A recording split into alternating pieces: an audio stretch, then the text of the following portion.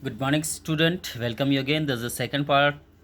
In this part, we are going to study about evolution of a democracy. Evolution of democracy, it means the history prospect के बारे में देखेंगे, evolution करेंगे किस तरह से इसका डेमोक्रेसी का ठीक है जन्म हुआ या कब से लागू हुआ. तो थाउजेंड ऑफ ईयर अगो देखिए, थाउजेंड ऑफ ईयर अगो हज़ारों साल पहले we man when men wore no cloth hunted for food and there were simple way of resolving dispute. ठीक है, जो हज़ारों साल पहले जब व्यक्ति कोई कपड़े नहीं पहनता था, अपना जो भूख है वो हंटिंग शिकार करता था, and there were simple way of resolving dispute, और साधारण सा वे था डिस्प्यूट सोल्व करने का. ग्रेजुअली धीरे धीरे man become civilise and the need to have ruler arose, और धीरे धीरे व्यक्ति सिविलाइज होने लगे और उनको रूलर की ज़रूरत होने लगा, रूलर बनने लगे यहाँ पे. इन ग्रीक देखिए, ग्रीक में वापस में, and most of the nation powerful Kings who ruled over area. ठीक, बहुत सारे जो नेशंस में पावरफुल रूल हुआ करते थे, जो वहाँ पे शासन किया करते थे उस पर्टिकुलर एरिया में, और वो एक्चुअली होते तो वो द रिचेस्ट. हम पहले ही बता चुके हैं कि जो रिचेस्ट पर्सन वही हुआ करते थे अक्सर, तो रिचेस्ट जो अमीर लोग थे वही शासन किया करते थे. There were many tales of such kings, बहुत सारी कहानियाँ ऐसी कहावतें हैं ठीक ऐसे राजाओं के बारे में, and their bravery in Indian literature as well as, और उनकी बहादुरी की कहानियाँ भारतीय साहित्य में देखने को मिलेगी. This system of government where a king a monarch ruler is a known as the monarchy, और जहाँ इस तरह के राजा होते थे वो मोनार्की सिस्टम कहलाता था. ओके, और ruler one by one, rule by one, सिर्फ एक राजा के द्वारा शासन किया जाता था.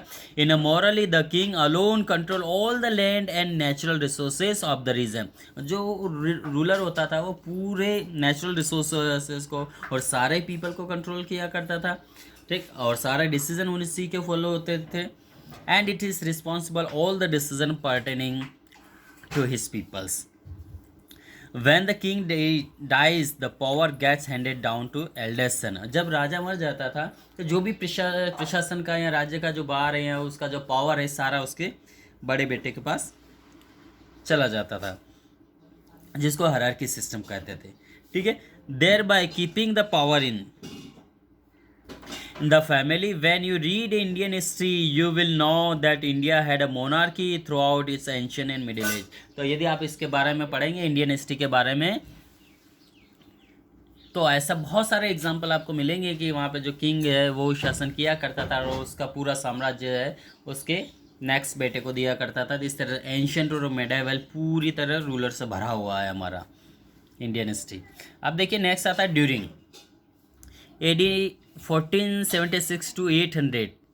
In Western Europe history, many cities, states in Greek were governed by a small group of nobles. देखिए 476 से 800 के बीच में बहुत सारे यूरोपियन ऐसे किंगडम थे छोटे छोटे जो ग्रुप्स ऑफ नोबल के द्वारा कंट्रोल किए जाते थे, who share their equally power among on the citizen. The system in which a few people govern over a large group of people. देखिए ये जो सिस्टम यहाँ पे कुछ लोगों का ग्रुप बड़े एरिया पर ग्रुप ऑफ पीपल जो है लोगों के ऊपर शासन करता था, इन नोन एज द ऑलिगरेसी. ये ऑलिगरेसी कहलाता था. देखिए डेमोक्रेसी एक अलग हो जाता है, मोनार्की एक अलग हो जाता है, और ऑलिगरेसी होता है कि ग्रुप ऑफ पीपल वो एक लार्ज ग्रुप के पीपल के ऊपर शासन करता था. इस तरह की जो गवर्नमेंट कहलाती थी वो ऑलिगरेसी थी. ठीक है, रूल बाय फ्यू, कुछ लोगों के द्वारा शासन किया जाता था वहाँ के पूरे एरिया पर, तो ये ऑलिगरेसी कहलाता था. ठीक, और यदि एक रूलर के द्वारा पूरे एरिया पर शासन किया जाता है और वो इलेक्टेड होता है तो वो डेमोक्रेसी, और यदि एक रूलर जो है वो शासन करता है और उसका नेक्स्ट सक्सेसर उसका बेटा होगा तो वो कहलाता था मोनार्की सिस्टम. तो इस तरह से आपको तीनों फॉर्म्स पता होना चाहिए.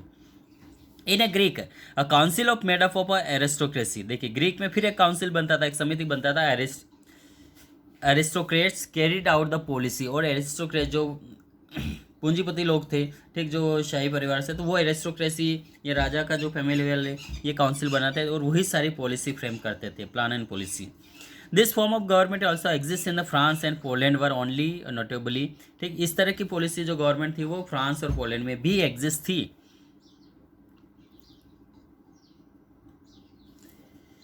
Could vote, however this also did not last long up problems arose in many state. देखिए हालांकि इतनी ज़्यादा प्रॉब्लम्स नहीं हुआ करते थे उस समय, यही सिस्टम था तो उनको इतना ये नहीं होता था, लेकिन धीरे धीरे कुछ सिस्टम बदलता गया.